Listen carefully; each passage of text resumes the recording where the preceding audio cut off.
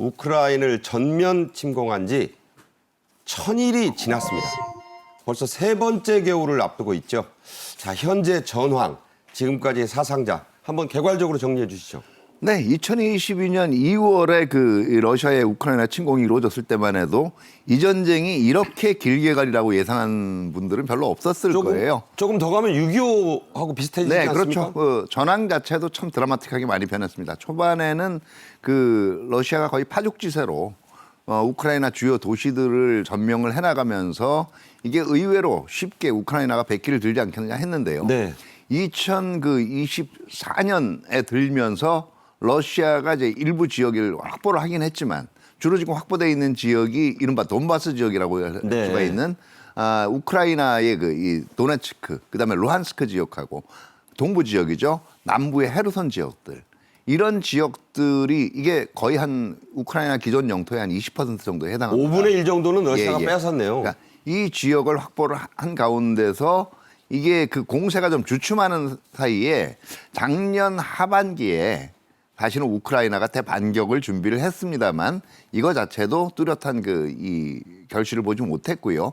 다만 금년 상반기에 오히려 지금 우크라이나가 이 아마 종전이나 정전 협상에 대비한 일종의 카드일 텐데 지금 쿠르스크 지역을 러시아 쿠르스크 지역을 치고 들어갔어요. 네. 그러면서 지금 일부 지역을 점령을 하고 있습니다. 이러는 동안 지금 뭐 양측이 사상자도 엄청나죠. 러시아 같은 경우에는 지금 보통 이 사망자까지 해서 약 한 70만 명까지가 사상자고요. 그 전사자가 한 13만 명이 되는데 이 13만 명 알기 쉽게 얘기해 주면 보통 군대에서 전력의 한 30%가 손실이 되면 그 사단으로서의 제대로 된 괴멸된다. 작전을 못 네. 합니다. 그러니까 제가 보기 한 15개 사단 정도가 러시아 15개 사단 정도가 이제는 무력화됐다라고 볼 수가 있고요. 15개 사단이 무력화됐다. 예. 네. 그다음에 우크라이나군 같은 경우에도 뭐 방어하는 입장이기 때문에 손실은 좀 적었지만 거의 러시아의 한 절반에 가까운 이게 우크라이나 인구가 지금 4천만 명 가량이거든요. 300만 명 가량인데 이게 적은 손실이 결코 아니에요. 아니죠. 네. 그러니까 인구도 지금 한 800만 명이 감소했어요. 민간인 피해도 굉장히 컸기 때문에. 그러니까 경제적인 피해뿐만 아니라 지금 제가 GDP도 사실은 전쟁 이전에 비해서 한 80% 수준으로 쪼그라들었습니다. 네. 더더욱이 이 전쟁을 피해서 이 유럽 각 지역으로 흩어진 난민들도 지금 600만 명 이상으로 추정이 되고 있습니다. 네. 전쟁이라는 건 이렇게 참혹합니다. 바이든 미국 대통령이 미제 미사일의 러시아 본토 공격을 허가했지만 나토 회원국들, 유럽 국가들 출구 전략을 지금 고민하고 있죠? 네, 그렇습니다. 일단 우크라이나 내부에서 피로감이 상당히 있는 것 같아요. 그래서 일부 영토를 포기를 하더라도 저 전쟁을 끝내야 된다는 그 여론조사 결과가 32%가 그렇게 응답을 했다고 합니다. 작년에 1년 전에 14%였으니까는 2배 이상 늘어난 거죠. 영토를 좀 포기를 하더라도 정전을 해야 된다. 네. 그런데 젤렌스키 대통령은 절대 영토는 포기할 수 없다는 입장이기 때문에 유럽 국가들이 좀 전전긍긍하는 그런 상황이 되는 것이죠. 그래서 트럼프가 지금 정전을 시키겠다고 하는데 유럽 국가들이 이제 그 주장에 공감하는 것이 좀 늘어나고 있어요. 네. 늘어나고 있고 특히 종전을 시키기 위해서는 우크라이나가 영토를 좀 양보하는 우크라이나에 양보가 있어야 된다는 이런 여론이 형성이 되고 있고 지금 나오다시피 숄츠 독일 총리가 15일 푸틴과 이미 통화를 했습니다. 2년 만에 통화를 했다고 그래요. 그리고 또 다른 정상들 마크롱 프랑스 대통령도 적절한 시기가 되면은 푸틴과 한번 대화를 해보겠다 이런 상황이기 때문에 유럽에서도 피로감이 확산이 돼 있고 그래서 결과적으로는 정전 또는 종전이 좀 더 임박한 것 아닌가 그런 관측도 나옵니다. 네. 자, 우크라이나군이 바이든 미국 대통령의 허가가 떨어진 뒤 이틀 만입니다. 보도로는 미제 미사일 에이테크스죠. 6발을 러시아 본토로 쏘아 보냈습니다. 자, 어디를 어떻게 타격한 거죠? 네, 일단 뭐 두 가지 의미가 있어요. 첫 번째는 미국이 이 우크라이나에 대해서 무기를 지원을 하면서도 이걸 가지고 공격 활동에 다시 말해 러시아 본토를 공격하는 건 자제해야 된다는 입장이었거든요. 더더구나 이제 미사일 사용에 대해서는 사실은 부정적인 입장을 표명을 해왔습니다. 근데 이제 그 제한을 두지 않겠다는 입장을 표명을 했고 실질적으로 우크라이나가 이걸 가지고 타격을 했죠. 네. 결과적으로는 지금 이게 러시아와 북한의 불법적인 군사 밀착에 대한 하나의 경고라고 볼 수가 있고요. 두 번째는 그렇다라고 해서 그러면 모스크바나 다른 지역까지 무차별 타격하는 건 아닙니다. 지금 공격이 이루어진 지역을 보게 되면 여기가 지금 러시아 이제 서부 국경, 우크라이나로 치면은 동부 쪽이죠. 브리안스크 지역이거든요. 쿠르스크 북한군 쪽은 아니에요, 일단. 그런데 크루스크하고 그렇게 멀지가 않아요. 아, 쿠르스크도 때릴 수 있다는 얘기가 됩니까? 그러니까 지금 이게 브리안스크 지역의 무기 저장 시설을 공격을 했거든요. 그러니까 이게 이 브리안스크도 쿠르스크 지역에 대한 이 군수 지원의 축선상에 있단 말이에요. 그리고 무슨 얘기냐면 이제 이 러시아가 북한군을 활용을 해서 쿠르스크 지역을 탈환하기 위해서 만약에 현 전선에 변화를 주는 중대한 어떤 이 활동을 할 경우에는 뭐 묵과하지 않겠다. 이제 이 지역 자체를 사수하기 위한 그 이 지원을 확대하겠다라는 지금 의지를 보여준 거고 이건 무슨 얘기냐면 예, 전선을 더 이상 확대하지 말고 종전이나 정전에 준비하라는 일종의 메시지라고 볼 수가 있어요. 네. 바이든 대통령은 에이테크럼스 사용 허가가 북한군의 추가 파병을 막겠다는 의도라고 했습니다. 자, 미 국무부 발표도 있었는데 자, 그런 효과가 과연 날까요?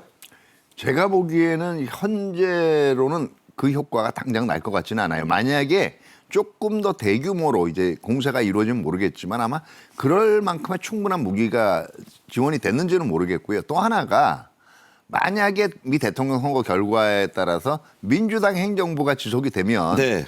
이 메시지가 분명히 효과가 있을 겁니다. 그런데 지금 이 우크라이나 전쟁에 대한 민주당과 공화당의 입장이 다르고요. 특히 트럼프 2기 행정부 복귀가 예상되는 마당에서 네. 트럼프 캠프의 그 이 전쟁 종결에 대한 의견이 바이든 정부와 같지 않기 때문에 네. 제가 볼 때는 예, 적어도 바이든 정부가 내년 1월까지 있는 동안은 확실히 지원하겠다라는 의지는 보여준 거지만 네. 과연 이것이 그 이 트럼프로. 러시아군의 예, 북한군 활용을 막는 계기가 될지 이거는 조금 불투명하다고 볼 수가 있죠. 예, 아직은 좀 유동적이라는 말씀이네요. 러시아는 3차 세계대전 가능성까지 언급하면서 강력 반발하고 있습니다. 푸틴 대통령은 러시아의 핵 교리 개정안에 공식 서명까지 했습니다. 자, 이게 어떤 내용이죠? 일단 핵 교리라는 것이 법령인데 핵무기를 사용하는 규정입니다. 이것을 개정을 했습니다. 아주 강력하게 지금 대응을 하겠다는 그 뜻을 표명을 한 거라고 볼 수 있는데 어떻게 개정했냐 하면은 비핵 보유국, 그러니까 핵을 보유하지 않는 나라라고 하더라도 핵 보유국의 지원을 받았어요. 지금처럼 지원을 받아서 러시아를 공격하면은 두 나라를 모두 핵무기로 러시아의 핵무기로 동시에 보복 공격을 할 수 있다. 이렇게 개정을 했습니다. 엄청난 으름장이에요. 예, 그 좀 무서운 얼음장이죠. 핵무기로 공격을 한다고 하니까. 그런데 이 나라를 특정하지는 않았어요. 특정하지는 않았지만은 여기서 뭐 뻔하죠. 비핵 보유국은 우크라이나고 핵 보유국은 미국이니까 우크라이나뿐이 아니고 미국까지도 핵 공격을 할 수 있다. 이런 상당히 강력한 대응책을 내놨는데 뭐 현실화될 가능성은 뭐 거의 없다고 봐야 되겠죠. 네. 차 센터장님도 앞서 말씀 주셨지만 취임 후에 우크라이나 종전을 공언해 오고 있는 트럼프 측 강력히 당연히 여러 사람이 반발했어요. 예, 이게 왜 그러냐 하면은 그 트럼프 행정부 같은 경우에는 이제 2기가 출범을 하면 가능한 조기에 우크라이나전을 종전을 하거나 아니면 정전 협상을 타결을 지으려고 하는데요. 이게 오히려 지금 확전으로 갈 수 있는 어떻게 보면 단초를 제공했다라고도 보는 거고요. 두 번째는 결과적으로는 이렇게 되면은 뭐 트럼프 당선인이 그 공언한 24시간 이내에 종전이라는 건 사실상 어려워지거든요. 그러니까 네. 어떻게 보면 바이든 행정부가 트럼프 행정부를 트럼프 2기 행정부가 공언한 공약 자체 실현을 어렵게 만들고 있다라는 심기가 그 판단이 있는 것 같아요. 그렇기 약간 때문에 뒤통수 쳤다는 말까지 예, 나와요. 그렇죠. 그렇기 네. 때문에 강력하게 반발을 하는 거고 뭐 차기 정부에서 중요한 역할을 맡을 것으로 예상이 되는 트럼프 주니어 같은 경우에도 이거는 이제 조금 나갔는데요. 군산복합체가 전쟁을 원하고 있다고 얘기했는데 좀 과한 발언이죠? 네, 사실은 군산복합체하고 친밀한 거는 트럼프 2기 행정부도 마찬가지예요. 그렇죠. 미국 무기 판매하고 관련이 있기 때문에. 네.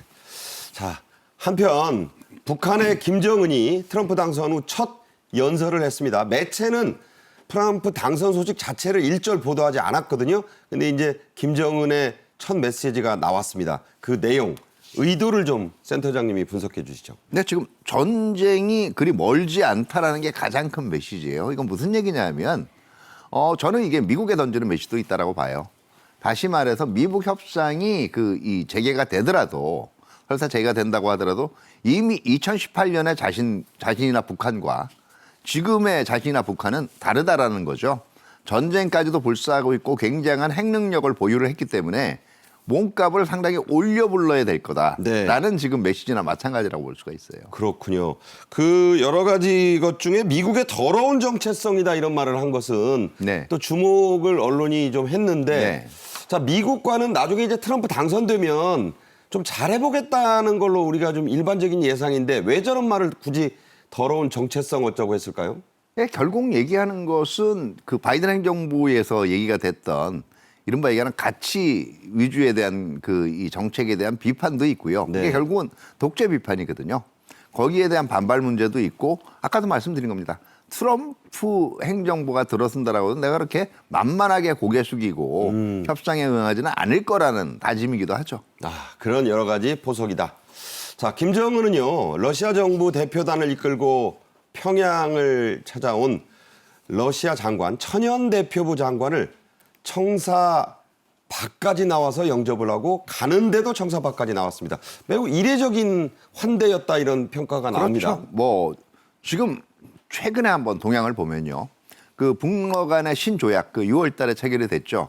이거를 11월 9일 날 푸틴 대통령이 서명을 했고 11월 11일 날 김정은이 서명을 했어요. 네. 그런 다음에 비슷한 시기에 이 모스크바를 방문한 최선희 북한 외무상이 라브로프 이 러시아 외교장관을 만난 자리에서 예, 승리의 순간까지 함께하자라는 표현도 썼어요. 푸틴은 1분간이나 손을 잡고 눈을 그렇죠. 마주치고 대화했죠. 그리고 러시아 자원 장관을 만나서는 예, 뭐 전례 없는 환대를 이건 무슨 얘기냐면 지금 우크라이나 전쟁이 조기 종식된다라고 하더라도 북러 간의 이 친밀한 관계는 상당 부분 앞으로도 계속될 거고 또 그렇게 돼야 된다라는 그 공통의 메시지도 하고요.